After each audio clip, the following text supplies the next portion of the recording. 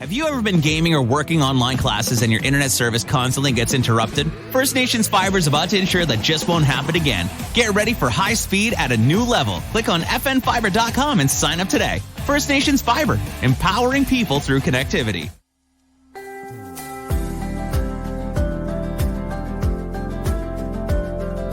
Hello, everybody, and welcome back to the Beading Table, where we're making strides one bead at a time with your hosts, myself, Leith Makiwa, and Degonohiakwa Margaret Standa. Degonohiakwa, how you doing today? Good. I'm sore and tired, but I'm good. Awesome. So I hear you've embarked on a new extracurricular activity, and you are hitting the gym floor, and you are participating in this month's 3-on-3 basketball tournament, I believe? Yes, I am. Yeah, it was very last minute.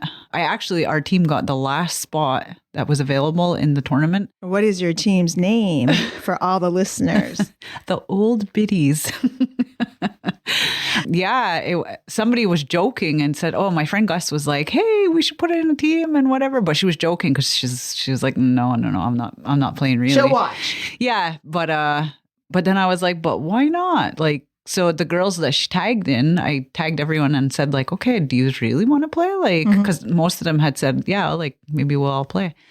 So yeah, we ended up putting in a team. It's just 3-on-3. There's 6 of us on the team. And the majority of us played together forever since we were kids. We used to have a league at KYC when we were younger. And I think 4 of us played together on that league. And then high school, a lot of us were on the same team. So it was pretty interesting. We were all super scared because we're not old, but we're older considering like a lot of them are all teenagers. Like my daughter was supposed to be playing. My son, he has a broken collarbone, so he couldn't play, but He would have normally played? Yeah, he was even trying to play yesterday, but I'm like, get out of here. So, but yeah, it was so much fun. Oh my God, I felt like I was a teenager. Was it standing room only? No. Oh. There's space. Like there was a lot of people watching, just a lot of families and stuff like that. But yeah, it was really fun. We won our first game actually. Awesome. We really. And who did you beat? I don't remember the team's name, but it was a group of like teenage boys. Okay, cool. So when we went up against them, I was like, oh man, we're all gonna die. Like. And we all held our own. Everyone was okay. Thank God for subs. And, we were on the floor for a little bit and we had to just keep rotating off. But yeah, for the most part, we all pretty much like knew what we were doing. We all remembered like how to play. Like, so yeah. And I was just proud. My kids weren't embarrassed of me. They said I played really well. I had even at one point hit a 3-pointer. Oh my goodness. Yeah, like I used to play a lot. Like I was a big player when I was younger. That was my whole sport. I loved it. And my daughter's friend, he's like a young kid, like young boy. He even wrote to my daughter like, did you see your mother hit that 3? So I was like, oh, I feel so popular. No. It's like, oh, okay, good. I didn't suck. So yeah, it was really fun though. It was, we have 2 more weeks. It's every other week for the whole month of March. So yeah, it was exciting. It was fun. And for those who don't know, it's at the Ganawage Youth Center. They have all kinds of activities that they hold throughout the year. And this is just one of them. So awesome. Yeah. Yep. Healthiness is greatness, I guess. Yeah, it was. Awesome. And you, how's it going? How's everything? I am doing really good. Right now, we're just entering in. So when you're listening to this, everybody, we'll be right in the middle of our March break. So right now, as we're taping, this is my first day on March break. And so just getting ready to hit the stores with my youngest, who's been begging me for the past 2 days, can we go to the store so I can get some new toys for March break? Aww. And so I think we're going to do that after this taping. And so, yeah, but other than that, doing good. I had an interview yesterday, which was, oh my God, wild. And I was so nervous, and I think I did really well. And so it was an interview for the artist in residence. So hopefully next 2 weeks, probably by the next taping, I'll find out for sure whether or not I got it. So yeah, I mean, it was an interview and questions that I never really thought about, just because I don't normally talk about art, like my artwork. what I want to do and different things like that, and who I am and all that kind of stuff.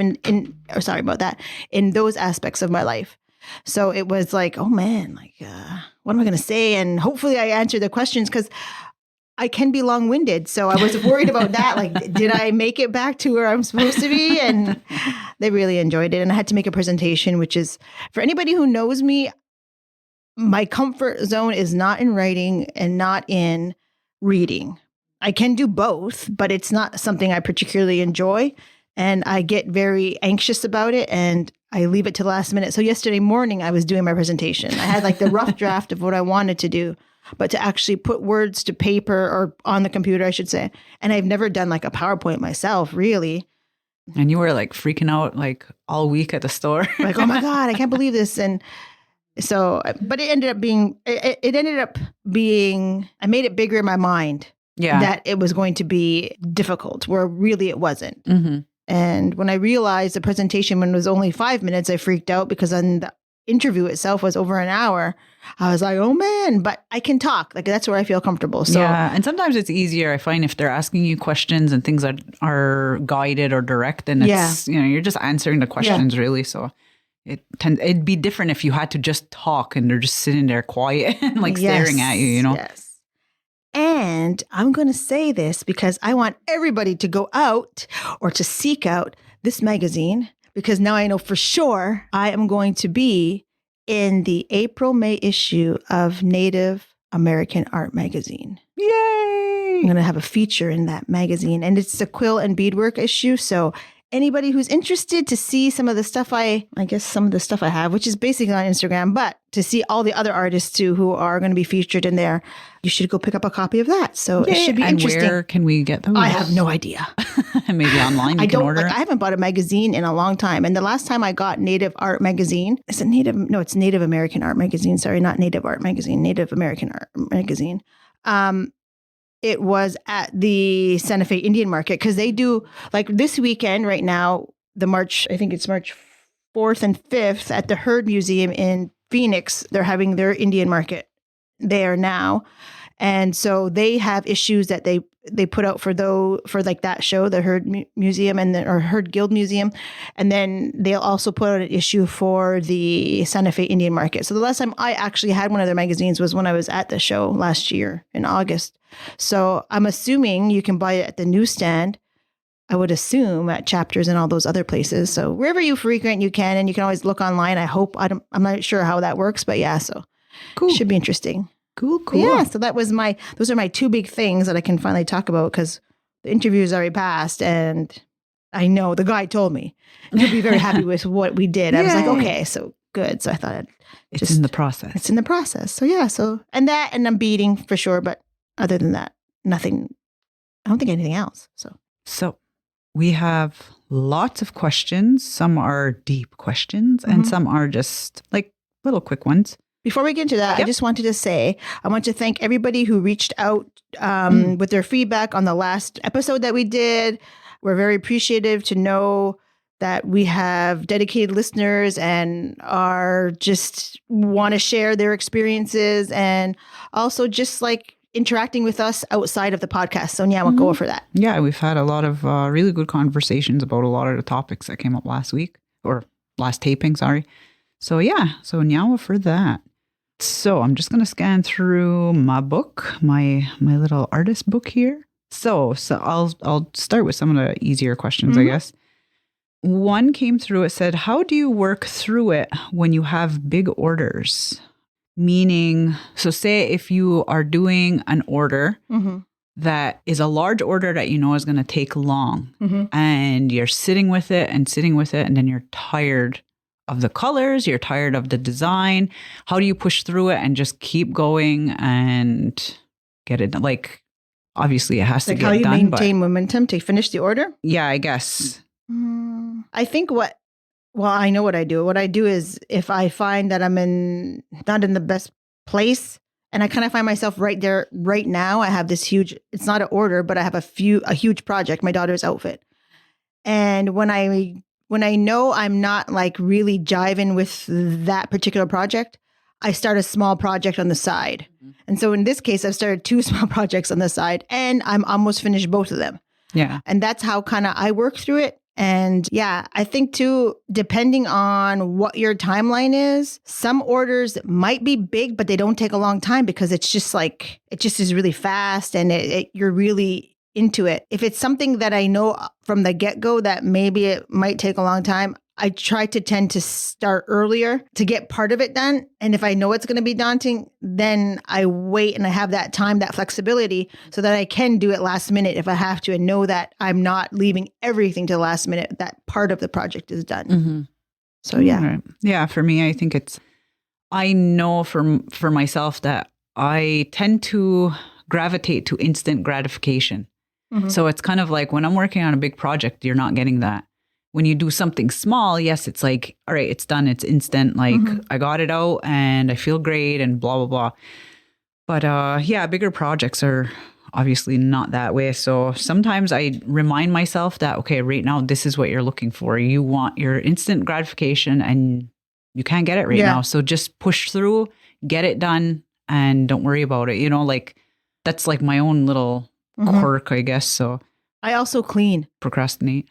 I clean because I get that instant gratification. Oh, yeah, yeah. Like, you know, or Yeah, true. Or organize something and I'll be like, okay, I feel like I'm like, you got it. I'm making progress. Yeah, you got it out. All right. So that's that. What are some of your favorite or preferred beads to use? Well, Miyuki size 15, seed beads, that and any kind of antique beads I find. Are my preferred beads, and anything that just goes well with the project, really. Like, in all honesty, it's anything and everything except plastic sometimes. Like, I'm not a fan of plastic beads, but yeah, I'll use anything really, as long as it goes with. What about project. Not just the style or like but what about the color, not the color, but like the finish? So what are your preferred in that sense? Do you like the silver line? Do you like? I don't really care for silver line too much. I don't know why. I just don't really, I don't think I use that very much. Aside from like the white or the clear, like the crystal with the silver line, that one, that, or it would be matted crystal with silver lined. I use that very often. I don't tend to use a lot of silver line beads. I don't mind using matte beads, but I just don't really care for the sound they make. Yeah. It's like having chalky marbles together. Like chalk or whatever. Yeah. And so I use them because they do add a different dimension compared to if you're doing opaque, shiny beads. It's a really good contrast and it's excellent to create dimension. So yeah, of course I use them. I just really don't care for them. Yeah. I just like shiny beads, I guess, you know? So, I mean, I do use some color line beads, but not very often because sometimes those kind of beads, depending on the color will fade on you. Now, I don't always keep that into consideration what beads I'm using, but I think I tend not to use so many beads that would fade because that's not really my color palette. Like purple and pink tend to be in the bead business. If they're dyed, they'll fade depending on the finish they have on the outside. Like Duracoat beads, they don't fade as predominantly as other beads. And these are all just terms that I use because I sell beads, so I kind of know that. But yeah, so I don't tend to use pink and purple so much. I'm more like the earthy kind of look. Or now I'm really doing a lot of white and crystal kind of colors. It's just, I think I just like the simplicity, but the complexity of how making one color come to life in various tones and in different ways. Yeah. How about you? What kind of beads do you prefer? The dusty kind. No. Dusty. I like for me, I do like a variety of beads. And well, I am like a bit of a snob. I like the Miyuki seed beads the most. I love Charlotte's. For line work, I like Toho's.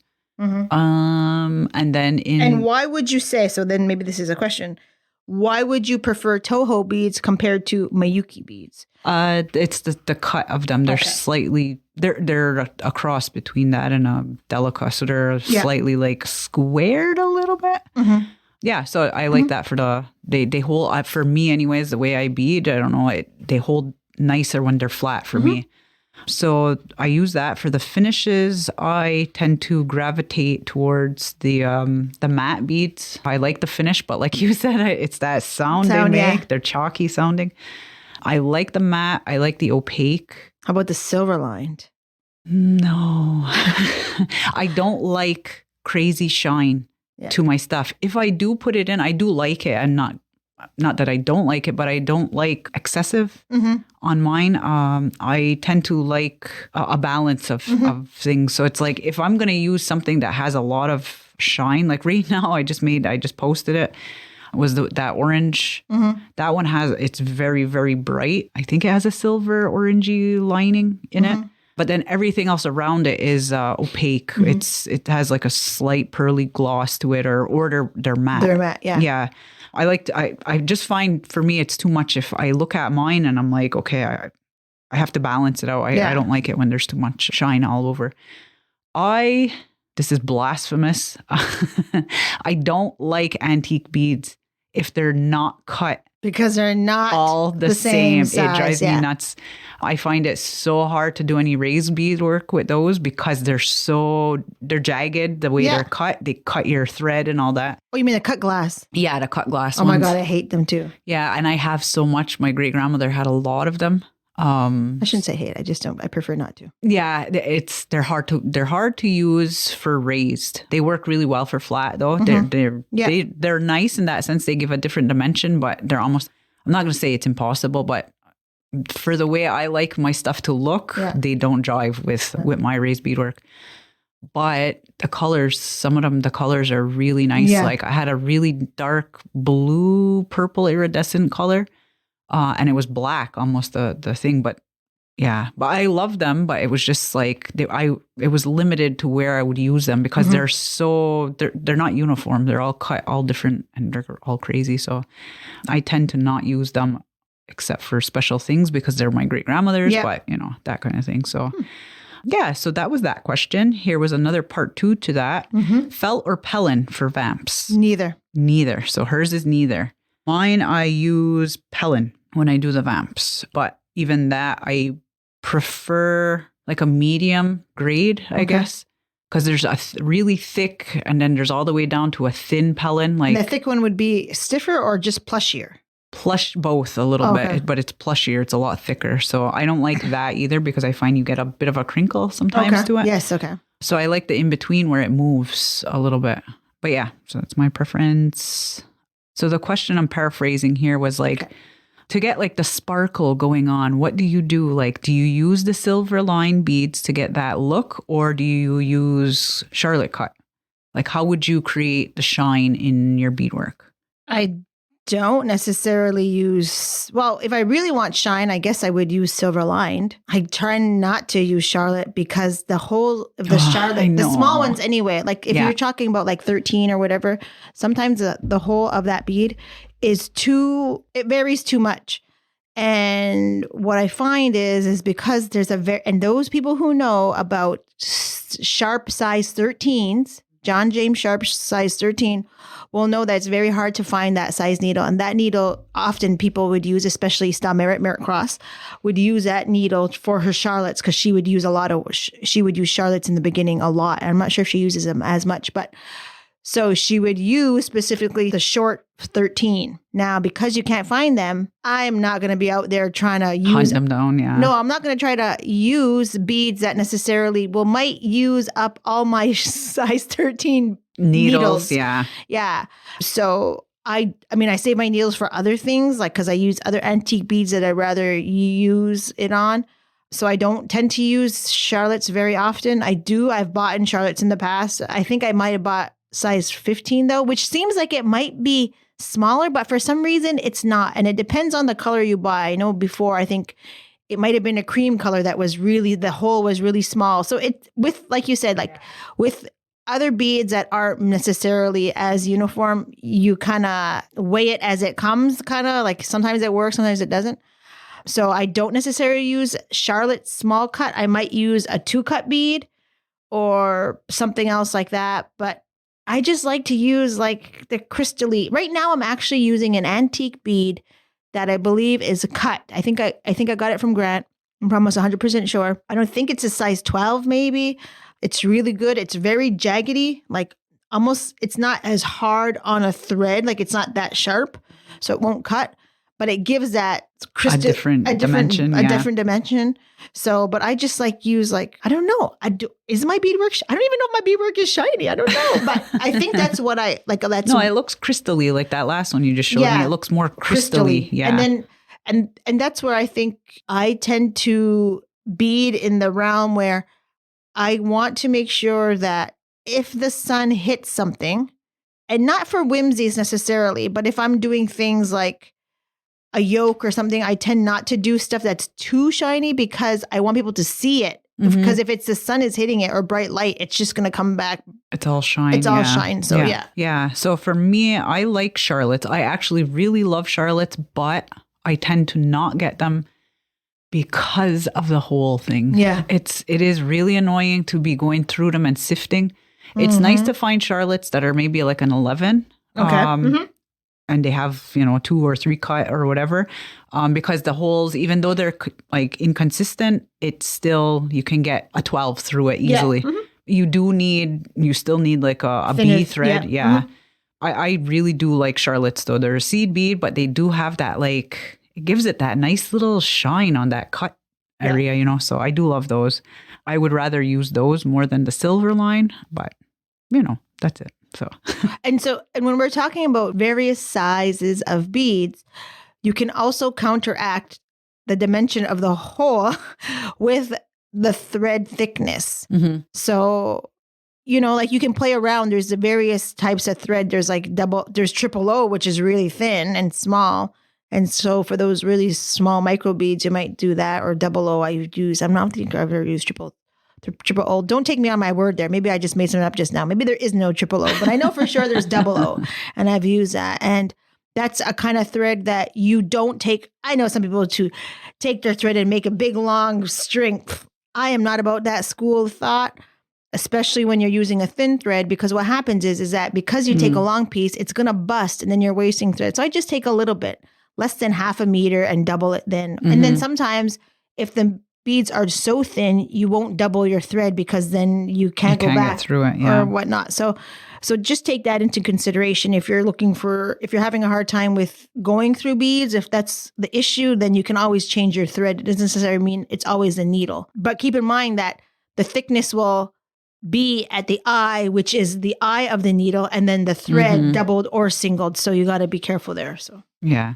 So this one's just basics to beading. What materials do you need to start beading simple post earrings with the leather in the back? So I could answer that. Yeah. I'm not a big earring person, but neither am I. Yeah, but I've made pins and I've made earrings. I just recently done it. It's the same process. So to get that started, basic beading, you need beads. You have to figure out which kind you like, your size. They vary. The 15s, obviously, we always talk about, but they're very small.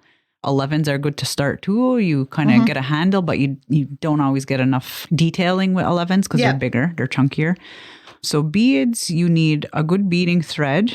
You need needles that are going to fit. And yes, there's needles that correspond to certain bead sizes. So you have to be aware of that. A stabilizer. So stabilizers there's a variety of different things. A lot of people use Iorì cloth. They use Pellin. People use cardboard. It is very hard on your hands though. That's where I started with the cardboard. You can use Bristol board, but thicker, I would say.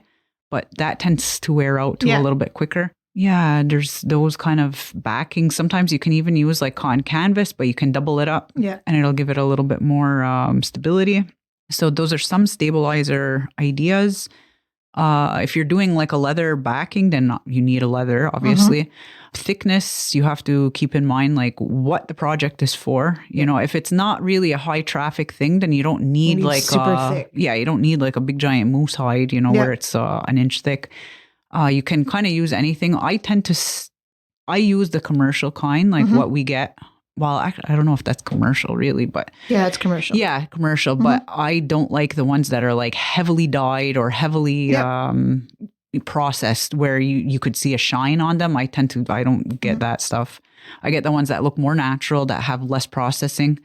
There is moose hide, which is like smoked hide, which is hard to find though. And it is very expensive because it's a extremely big job to do, but well worth it. And yeah, sharp scissors. You need all of that and then whatever your posts or whatever you want for your earrings. So that's like the basics to your and a beading material. mat or some kind of thing to put your beads on that you're when you're beading. So that's a glue for the backing. So when you want to put it on, you're finished.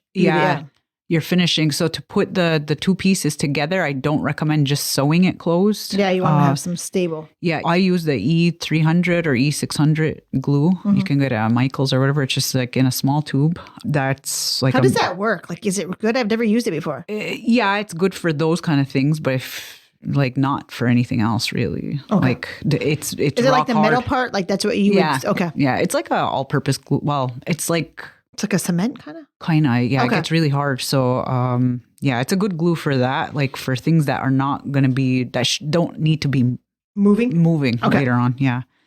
So yeah, that's the basics to beading, and basically covers any kind of beading project. And you need your own patience. Yeah, and just be kind to yourself. Okay, so here are some of our bigger questions. Go for it. Okay, so this one was an interesting one. It's a lot to think about, but it's pretty good. All right. Can you talk about the importance of style, symbolism, and how it differentiates between natives? Example, like Haudenosaunee raised beadwork, Ojibwe florals, Naskapi line work. I feel like people don't know beadwork design styles were meant to help us identify which tribe, nation you're from. So can we talk on that? I'm just like, oh man. And I have it written down in my book too, because I saw that last night and I wrote it, and I wrote the same thing that you wrote. And I put an arrow underneath so I could like jot down because sometimes I like to look at the questions and see what it is I'm getting into. So I have some idea, because sometimes some of the questions are out of left field and you don't have chance to think about it. And so I put an arrow underneath, and there's nothing that I wrote because I was like, oh my God. So what should I say? So what I will say is we have to remember that although we predominantly do raised beadwork right now, we do line work. And in the past, not the majority, when Haudenosaunee people started to do beadwork, they did line work. Before then, it was quill work. So in terms of that, I can see a huge differentiation between like Ojibwe and Anishinaabe kind of floral flat beadwork, which is really a lot different than Haudenosaunee beadwork in terms of the aesthetic style and look. So if I saw that, I would assume I know enough to say, okay, this is what it is. And it's this coming from that area. way. Yeah.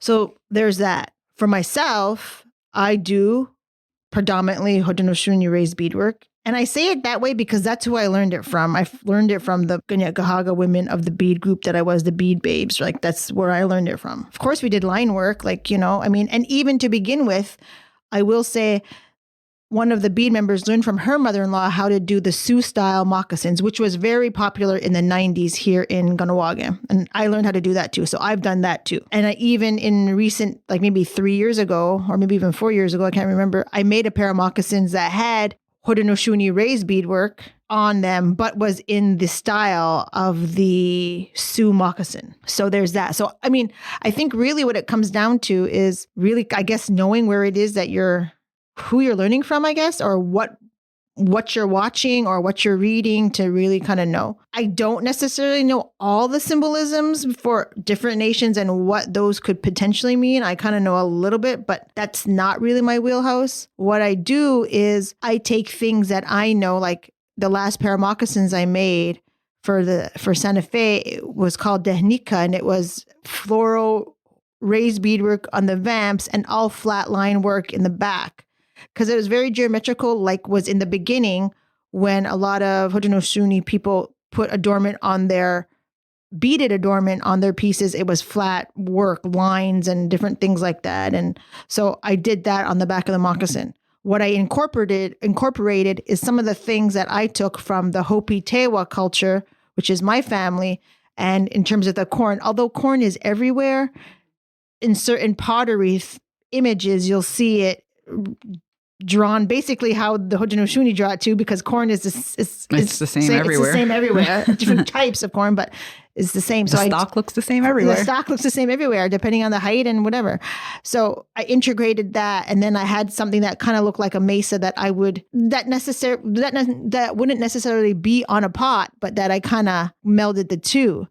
I don't think anybody who looked at my work would see that kind of symbolism, because it was kind of something that I made up, because I integrated both things and my interpretation. Two of them, yeah. Yeah. So I don't know a lot about that kind of stuff. I have symbols on my arm, I kind of, and I read into it what I want, what's on my body. So I would have to be more educated and versed in that. But there's some obvious things, like I said, the Ojibwe and Anishinaabe, how they do beadwork, also how the Innu do their different things, and tufting, and also like seal work and all that kind of stuff. Like, you can kind of tell that it's different, but I don't know exactly where it belongs, because I don't know everything about every Uwahuma person out there. So.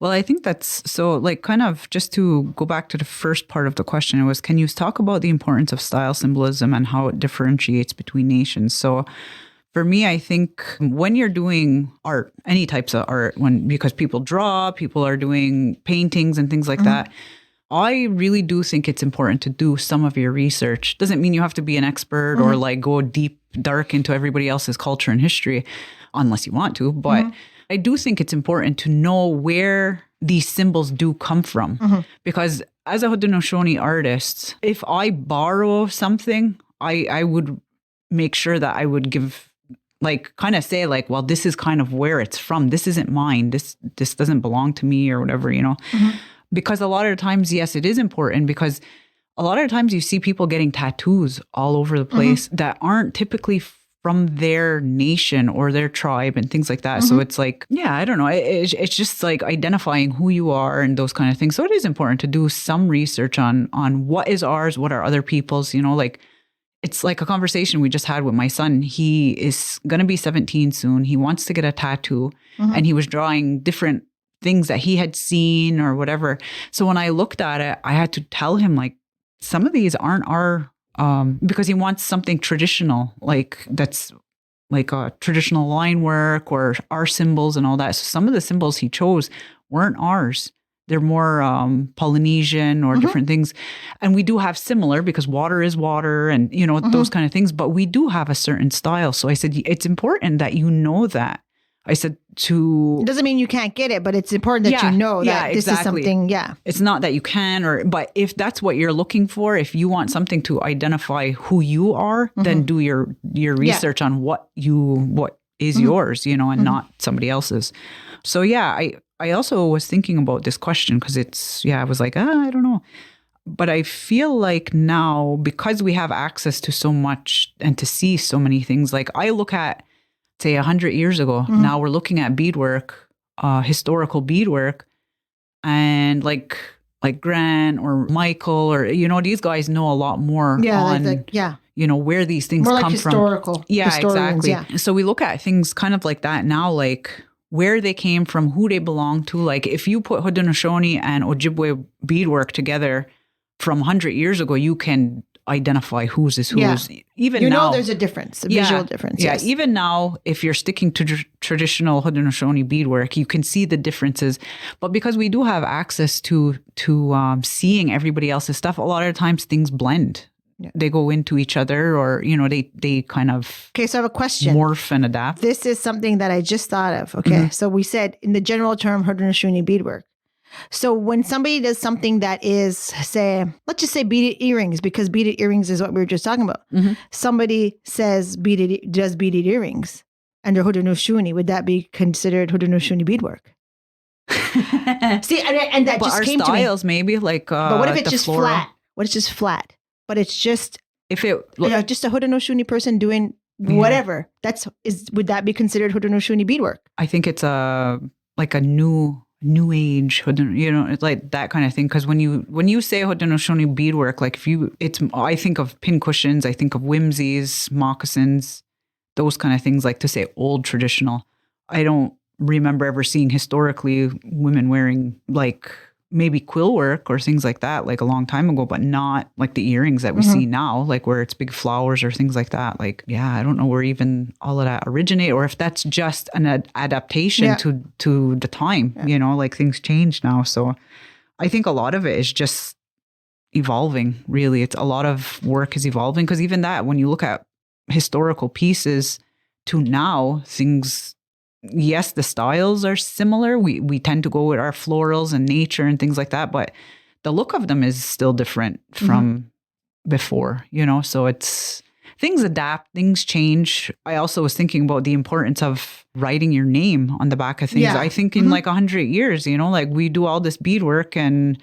now we see all this stuff and we don't know who did it. There's no names, there's no nothing. We don't know what nation it came from, you know, those kind of things. Just maybe by style, you can kind of guess, but you still like that. We have at the store, we have old Mohawk beadwork, but we don't know from where. It could be Ganassadage, Akwesasne, here, you know, like Six Nations. You don't know where it's coming from. So yeah, those are the importance of those things. But it is important, I guess, for you to do some homework and know a little bit if that's the direction you want to go in, to say like our symbolisms and our, you know, then do your homework and know what your symbolisms are, I guess. And yeah, so I don't know. That's our thoughts. Interesting question. Yeah. Yeah, that was a little bit hard too, because I was like, I don't know. And that's not, and I'll be honest with everybody that the historical part of beadwork is not my forte at all. I like to do beadwork. I like to look at stuff. Some things float my boat, some things don't. But I'm not a seeker of historical stuff. Yeah, but that kind of like, that's my whole, like, I'm not a historical person in general, not just to do beadwork, but just in general. That's not. I'm not very good with I'll just say, maybe I'm using an excuse. I'm not really good at remembering things and names and stuff and all that kind of jazz. So I try not to. That's not my wheelhouse. Yeah. So yeah. To do all that. What is next? What is next? Let me go through. My hands are sweaty. I feel like this is a big topic coming up. So what am I going to say? Am I going to make a fool of myself? They're not majored. Some are maybe controversial. Well, hey, that's okay. But yeah, so we'll bring those up at the end because we'll probably go crazy into those. All right, so... Supermarché Idia, your one-stop grocery store for your everyday needs, offering regular groceries as well as Afro-Caribbean and international food products. Looking to save money? Then Supermarché Idia is the right place for you. Located at 72 Boulevard Saint-Jean-Baptiste in Chateauguay, behind the A&W. Open 7 days a week. For more information, check out their website at idiasupermarket.com. That's IDIA supermarket.com. Oh, so this was another one. So what does beadwork mean to you? And then the other part of the question is the whole process, being taught, learning new things and teaching others. So I wrote that question down. And what does it mean to me? It is part of my life, plain and simple. It has really been, it's part of my being now. And I really do love it. I do love to do beadwork, and obviously, this is part of what our podcast is about, is beadwork, and it's a part of our lives because now we're talking about it at least every month. Every day we get together, we talk about something. Beads are part of my life in general, every day. Whether they're actually on my table waiting to be beaded, or thinking about something that I could potentially have in the works, or feeling like I should and I want to be beading, but I can't. In terms of, and this is really interesting because I was asked a question yesterday in my interview about part of the project is community engagement. And I had to, when I started my application process, I have to engage with the community. And I thought, well, one of the ways I can engage with the community is to actually teach somebody how to do something. And I don't necessarily teach beadwork. I have in the past. I've actually done a cradle board wrap project with Sandra Cross when she had her little art co, I believe it was called, in Ganawage. And so I did a class there on cradle board wraps, but I don't do a lot of teaching just because I think I'm too hard. I'd be too hard on myself and feel like, oh man, I don't know if I'm doing a good job, and hopefully they're doing well and that kind of stuff. So that's one of the reasons. But with this in community engagement, I thought, okay, you know what? You got to do it. That's part of the project. And it's something that's important because I don't know who I was talking to or where I saw or something, where if you have something, you should share as much as you can. And I've been able to share verbally and also share through pictures what I've been doing, but I haven't done a lot of hands-on teaching in the beadwork part. And I thought, okay, so I'm going to do this. So I'm going to be doing, hopefully, if I get the project, a small class with small people. That being said, I know my limitation. I can't go and do a class with 10 people, I don't think. I don't think one, I could do justice. I think I'd be too frazzled and crazy, and I wouldn't want to inflict any participant on that kind of stuff. But I see like where that is part of what I need to do as somebody who's in this, who's gotten to where I am and has gotten to where I am because somebody took the time to actually mentor me and show me how to do different things. Because if not, then I probably wouldn't be a beadwork artist. So it's like paying it forward. You have to kind of maintain that so that it can be maintained.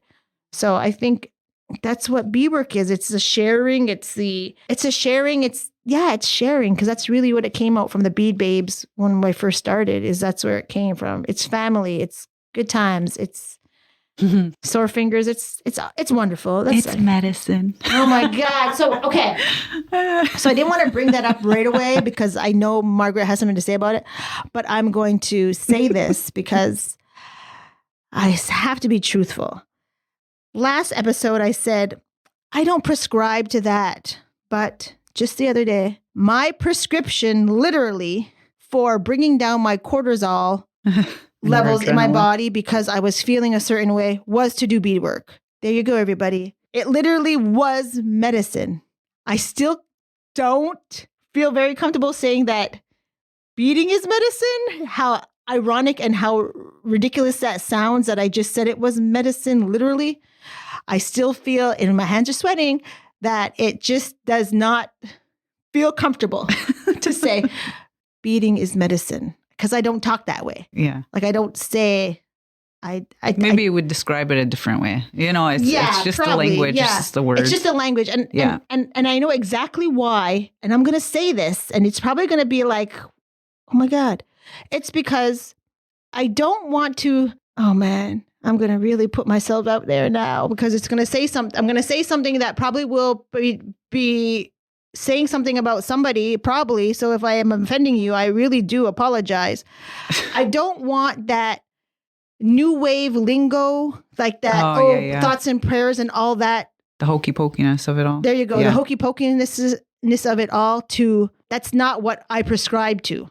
So when I hear that beading is medicine, it makes me feel like that hokiness part of it, like thoughts and prayers and like all those like peace rainbows and all that jazz and peace and love and all that stuff, which I prescribe to. I prescribe to Skana and Guru Kwatsara and all that jazz. Mm-hmm. But in that context and how it's made to be a new thing, I think, or however, I don't like that. So that's what it is for me. And I know exactly why it is that way, because it makes it feel like it's hokey and it's not true to, it just makes it not good. Commercial or something. I don't know what.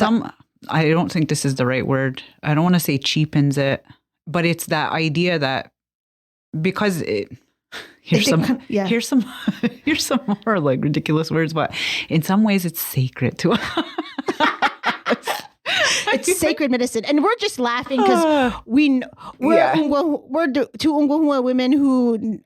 And I'm not saying that because if you're an Ungwahua woman and you can't talk, like you can talk and you can own those words and all that stuff. Yeah, if you're comfortable. But we're coming from a place where that is like, that's not language we use. Yeah. It comes down to the same concept as God, Sungwe, Dizu, like whatever language you prefer to put in there is what it is. It probably means the same to everybody, but that language doesn't jive with us. I'm not. I don't ever say really sacred. Yeah, neither do I. But yeah, I get it because it holds a different feeling in one way. And then when you say it a certain way, sometimes it feels like it's not as important, or it just feels like it's very commercial, very cheapens it. It's not authentic to us. Yeah. And that's what it is. I get it. Yeah. And when I talk about things that are like Ungwahua stuff, I tend to now use Ungwahua language. Like, I don't know what you would say. What is the word for that? Original, like, I don't know what it is. Ungwahua language.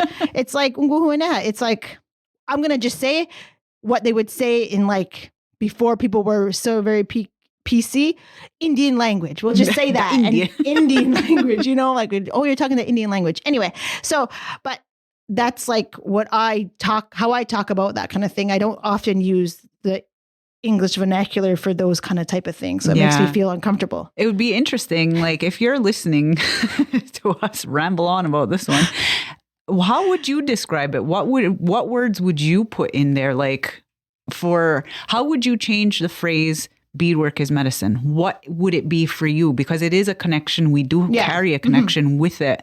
And sometimes people aren't comfortable using that language to say, oh, it's medicine, it's my healing powers. It's even how you say it. Well, because I'm getting crazy, but yeah, it you know, I get it. It's sometimes it's just the language. Sometimes it's the same exact meaning. Everyone will have the same feeling, but with a different word. So, what word would you use? So audience, there's your homework for today. Okay. We want to hear.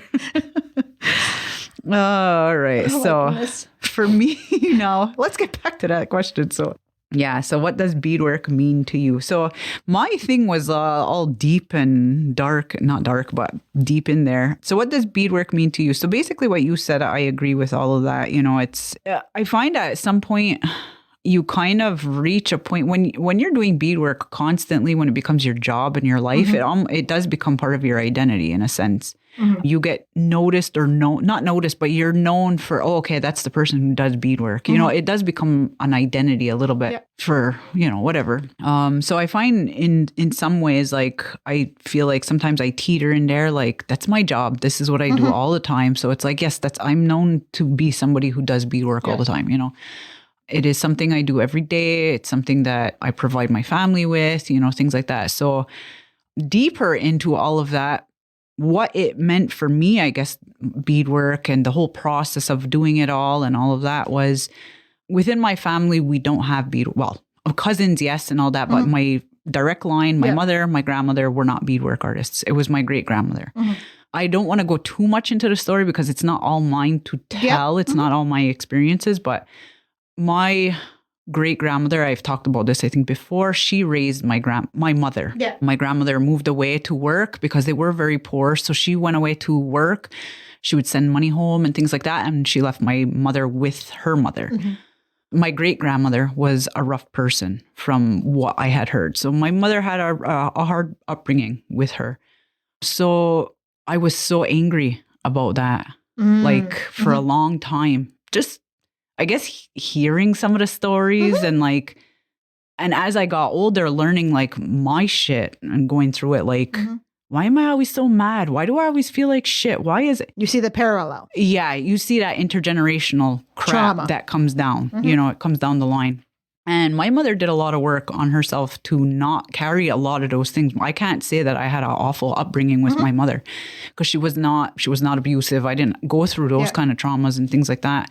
But there is still some of the emotional crap that we all carry all the way down, you know. Things seep through, right? Exactly. So I remember just feeling like, that bitch, you know, like just being mad about, why did people have to be so mean before? Because now I feel mean and now I feel like I'm mean to my kid, you know, like blaming and blaming somebody. So I found doing my beadwork and learning, I don't think I would have learned so much about my great grandmother if I didn't bead. I think just beading and stuff, a lot of stories would come out. Like my mother would be like, oh, well, this would happen. So I started seeing her in a different light, that she wasn't this big monster all the time, or because it was the few stories maybe I had heard that I felt like, wow, she was rotten, you know. But all these other things didn't come out because whatever, we just didn't talk about it. But now it was like, as I did my process through my beadwork, my art and all that, my mother would kind of talk about those times, like, you know, her stories of sitting with her grandmother and doing her beadwork and I don't know, different things like that. So it kind of gave me a different perspective. Sorry, I'm like nervous talking about it. I know, you're like, I can see it on your face, but yeah. But that's okay, because it's feelings and that's what it is. And it's I can feel it. No. I'm like starting to tear up, but yeah, I'm like, it's making me cry.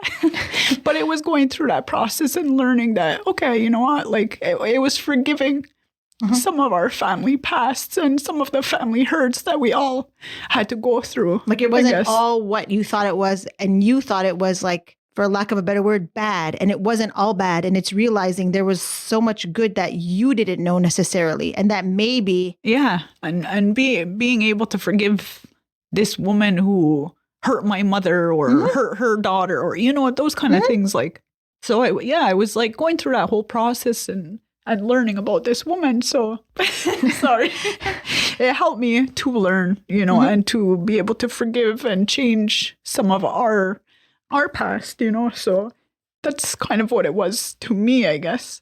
Sorry, I'm like, but yeah, it kind of helped that whole process and what it taught me and things like that. And just, it helps the whole, it just helped my whole process of learning and finding out who I was, because I had to, it literally changed the trajectory of your family and how you, as a member of that family, can navigate with all these new things that you've learned about. Yeah. Like, when you think of somebody and you think of somebody in your family who may have done something that could have hurt somebody, and maybe thinking, maybe that's why the person is how they are today.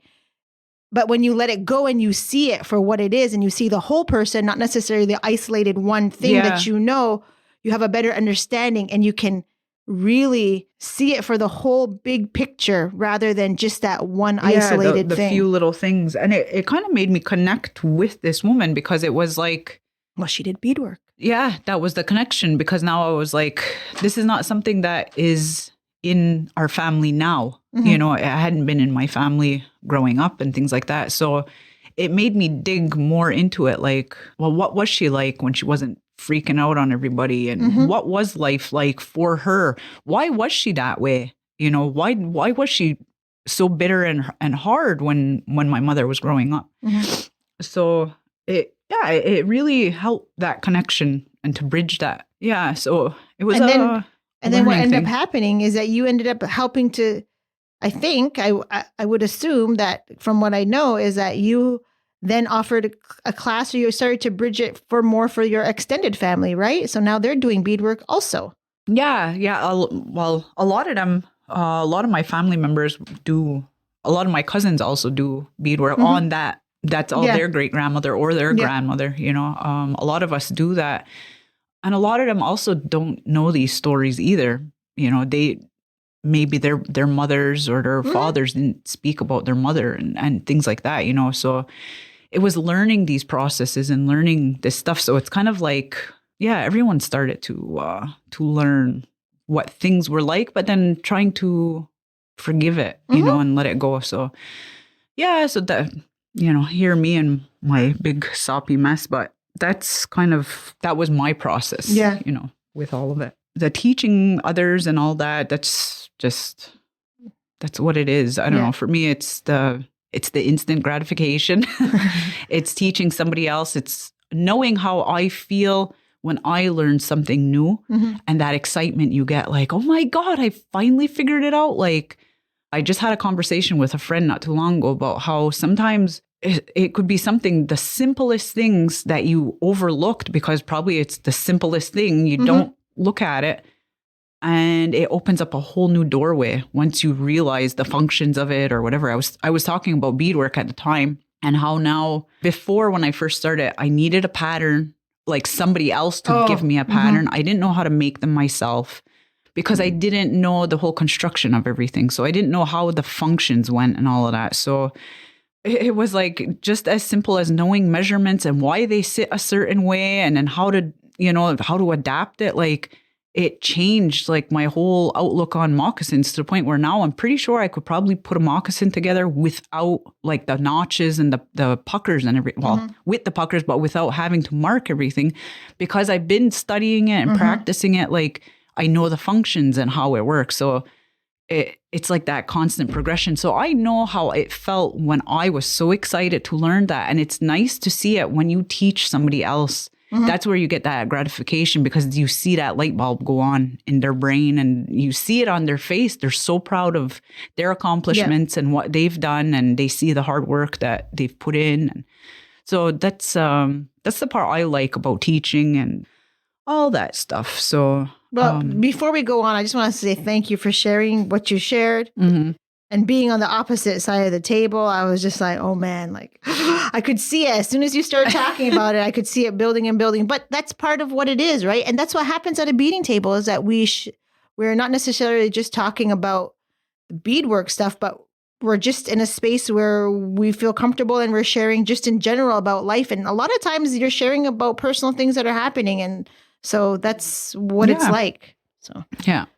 Yeah, because it really did. It helped. It, me and my grandmother, she's not with us anymore, but my grandmother, I love my grandmother. We are probably the same person. And I can't say that we didn't get along, but we used to fight a lot. We used to argue back and forth. But we're opinionated people and we speak our minds, and sometimes we're short with each other and that's what it is, She didn't live here my whole life. My grandmother, she was in Brooklyn for a long time, then moved back after her husband had passed. So living with her and all that and really living with her and learning some of these things, like for a while, that's what I was talking about, like the anger and those kind of things, because I would see some of these traits and I would be mad at them about it. Like my mother, not so much, because like I said, my mother did a lot of her own healing and stuff like that. So she changed a lot of our narrative, but you could see where my grandmother sat because of what she learned from her mother. Yeah. And I was so angry with all of it. Like, why the hell can't you just be nice? Like, I walk in a room and why can't you just say something nice instead of criticizing me or saying, that kind of thing all the time. So it was just being able to recognize, to see where these people come from by digging deep into it. And the beadwork kind of brought that all together, basically, which is weird, but because it has nothing to do with any of it, but it's just, that's the way that was the conduit to learning all that crap. Yeah. So, so it's been a pretty interesting road, but yeah. And I think too, I think that could lend itself also to like language. Yeah, it's like the same thing. Like in like people, she did beadwork, but she didn't teach anybody else. The same kind of thing, Like, and then when you're learning language or you're learning whatever it was that your quote unquote ancestors did, it brings all these other things up. So, and I'd like to also say, like, finding out that my grandmother was not always mean either. I don't want to paint just that picture. Isolated things, yeah, it's isolated things, but they were fun. They were funny, and then even learning as like later on with my great grandmother, learning that my mother now openly started talking more about her, and as she aged, she became the sweetest person. She was such a nice woman. My mother said when she got older, it was when she was younger, under the stress of raising like 100 kids. And probably beading to provide for her, to provide for her family somehow. And her husband worked away, so he wasn't there. So she didn't have, that extra support system. Then taking in her grandchildren, taking in some of her nieces and nephews, that kind of thing. Like, so I understand, but it took me a while to understand those kind of things, like, they weren't just born that way. They're circumstances that created those, but then learning on that, like she was a nice person and not what I envisioned her as, and me holding that anger forever about it, so that's all that. We do have a few more, I guess. Go for it. We're like long just in here. Maybe one more. Can we go to one more? Sure. What are your thoughts on other Ungwehue people doing Haudenosaunee beadwork? I don't know. I don't know. Like, well, I mean, I guess it kind of depends on the context. And like most questions, it's not just black and white. I think for myself anyway, there's a lot of gray area. And I think it depends on the context of like what it is you're doing. If you're an Ungwehue person living in a Haudenosaunee community and you're teaching Ungwehue children and you're trying to have a lesson on beadwork, depending on what age, you would try to show them what it is that they're doing. And if that's Haudenosaunee beadwork, then that's Haudenosaunee beadwork. And also maybe exposing them to whatever it is kind of beadwork that you do as your personal self. But this is what we kind of do. This is what your people in the community do. Then I don't know.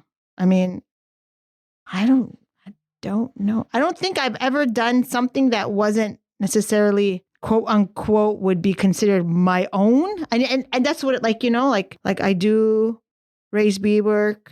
I've dabbled in pottery here and there. I'm not a potter I'm not recognized. It was fugly, but anyway, but I did it.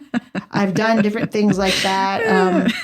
I think in terms of like, if I went and did Hopi pottery, I'm Hopi, I would do that. If I knew how, if I had the skill level and the stability of my hand to do the painting on it, of course I would of course do that. But it wasn't raised that way, so I don't have that knowledge.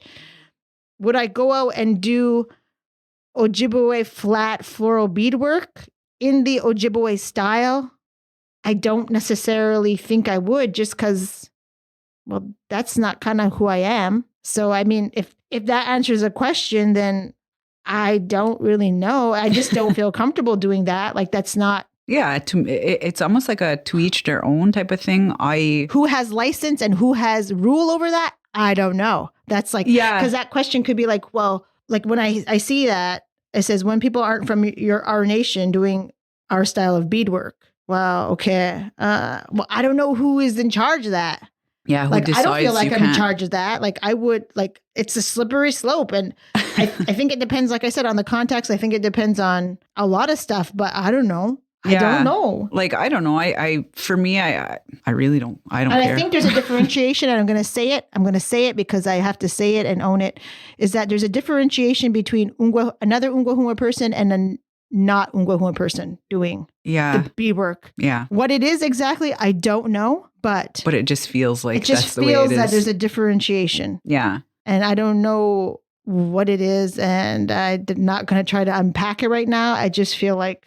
I think me as an artist, if I were, like if I were going to do like Ojibwe flowers and line work and all their somebody else's stuff, I might want to, but I would identify who it belongs to, where it comes from, that, as an artist, I'm recreating something else.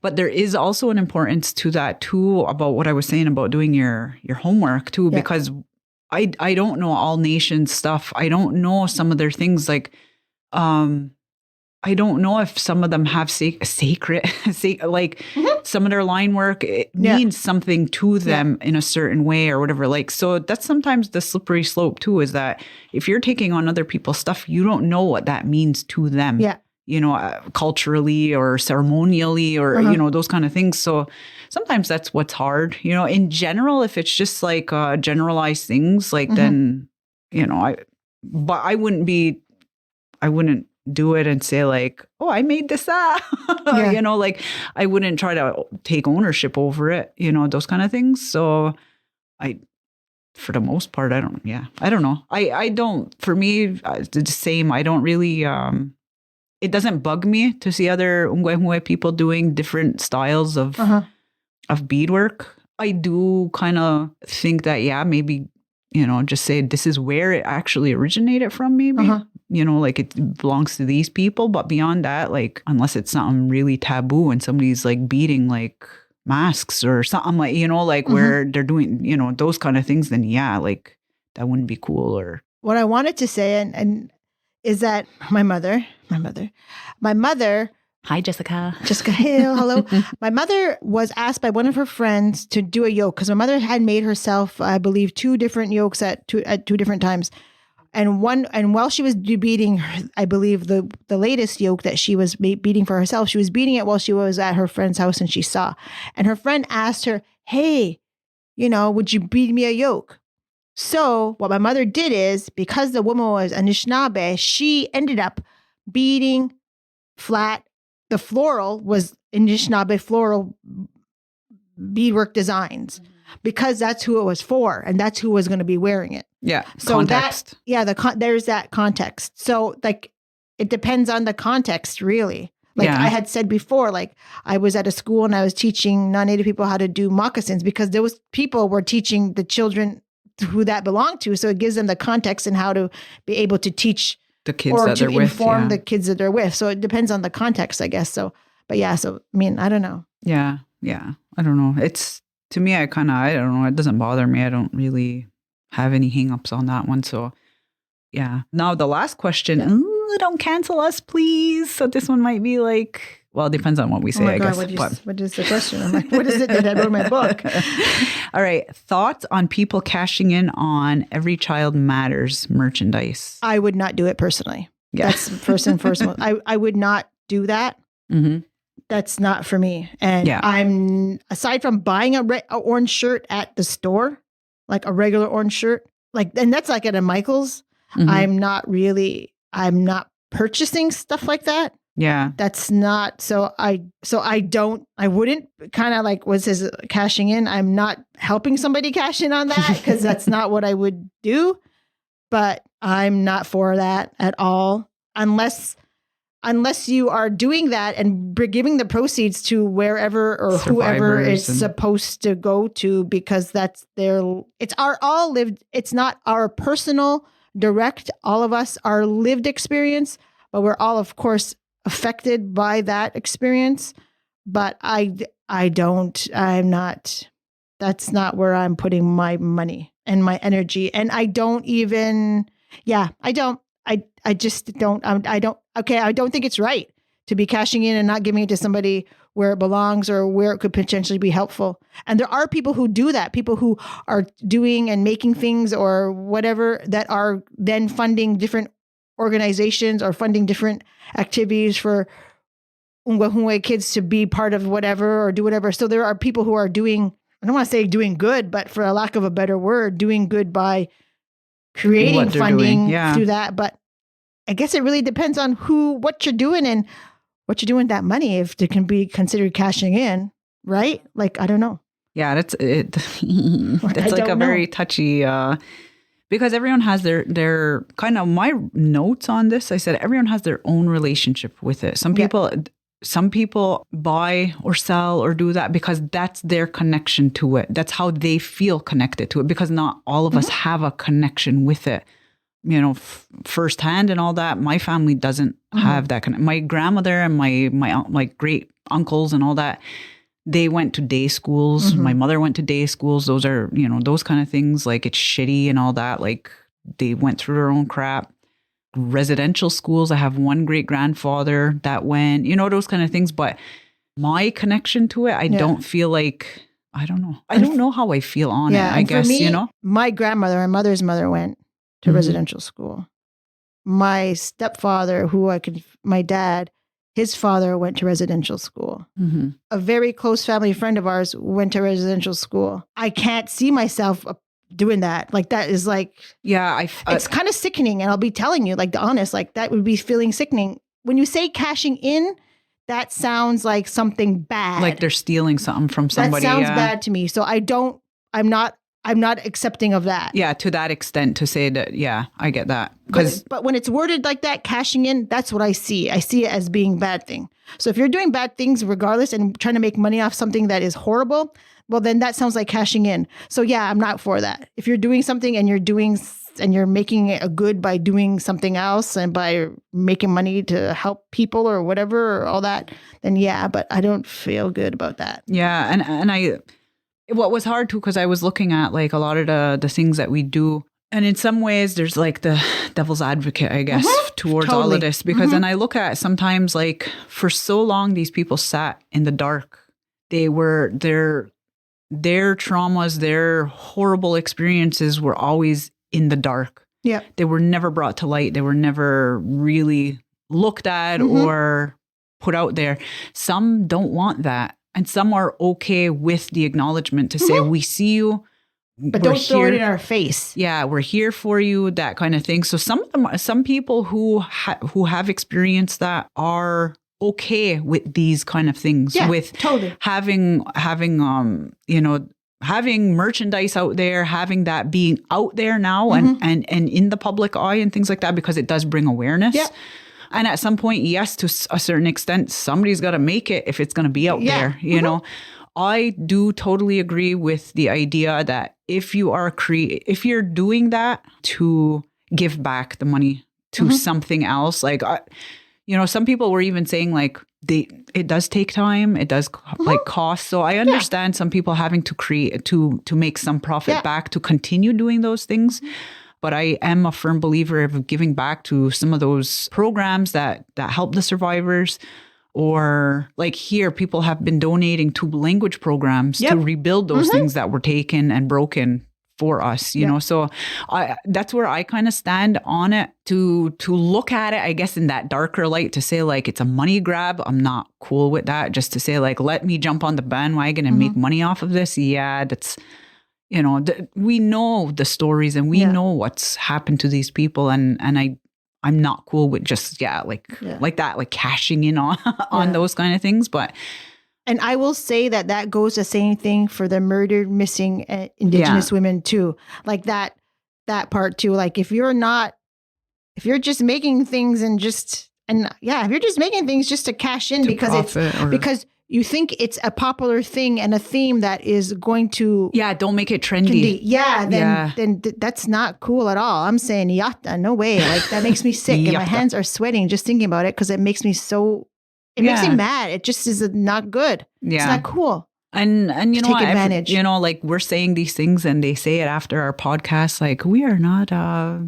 Wait, the thoughts or the ideas expressed in the podcast do not reflect that of the place who is sponsoring our podcast. And that's true. This is our perspective. This is mine. I'm saying I'm not good with it. Me, Leith Makiwa. I am a beadwork artist and I'm a language coach. And I am saying, yata, don't try to don't make money off other people's tragedies. Yeah. And it's in general, anybody. Ungohue, not ungohue, anybody. Don't do that. It's not fun. It's not good. Yeah. It's not cool. And that's kind of where I stand on a lot of it, you know. So it's touchy. Not everybody is going to feel that way. We may have, you know, like chapped some people's asses, which is, I can't help it. Everyone's got an opinion. Everyone. Yeah. And if you have something to say it to us. Write us and tell us, like, you know, we're cool. We're accepting of feedback, and because we have to be accepting of feedback because we are putting our own opinions on live on the air for anyone to hear now, next week when it airs, or in 20 years when somebody might come across it in wherever in the dark hole of the internet. So we know what we're saying. We might not remember it as soon as we leave here, and we'll have to listen to the podcast when it is then published. Yeah, because we don't even remember in a week what we've said, so we're always like, "Oh my god!" So, that's our stance on those kind of things. It is a very touchy subject, and it's very one-sided. It's from our perspective, which we are not. Yeah, this is not the Holy Grail. Like, you know, don't cancel us. Like, we have an opinion. Everyone else has opinion. We're not saying that everything we say here is the holy gospel and we're right and you're wrong. That's not the way it is. This is just how I feel on this subject, or anything else. We have a platform and we're talking, and people asked us, so we're given what the people want. Our sacred words. Now I'm just acting crazy. So I should say, I apologize if I just made fun of the word sacred, because I know some people really do. And this is being completely honest. I know some people really are. They're okay with it. Might be offended with that. So I want to right now apologize for that, because that was not cool. So yeah, that's so great. Now I just put myself in a big giant hole, but whatever. That's but whatever. It is what it is. It is what it is. Not everyone's the same. So not everyone's the same. And on that note, we have others, but we will move that for next time. Well, actually, there's two questions. So just one question was, what inspires you to make a title of your work? Oh, Christ. We will pose that one for the next, but I'm just telling you that's one of the questions for the next podcast is, what inspires the title for your work? And also, how do you get back to a beading project that you started years ago? So those will be right on to the next episode. So yeah, we'll do that. My other topic too for next time, what I wanted to talk about was, I wanted to talk about how, for me, somebody who suffered or sometimes goes through anxieties, like severe anxieties, and the process of beading and how it helped, and just to go into some of that stuff. So that'll be for next. So the question, aside from the question that was posed earlier, would be, how has beadwork affected your life in the quote unquote terms of medicine, and how do you relate to it? And that'd be very interesting, because it will provide some content for our next podcast. Yeah, so we'll put that question out there on Instagram. So now, everybody, for listening, I hope we didn't offend you. Yeah, and we were just being our honest selves, and that's what you can expect at the Beading Table. So, and again, our opinions and views are not all end all be all. They whatever. are ours. They're ours. You know, we will.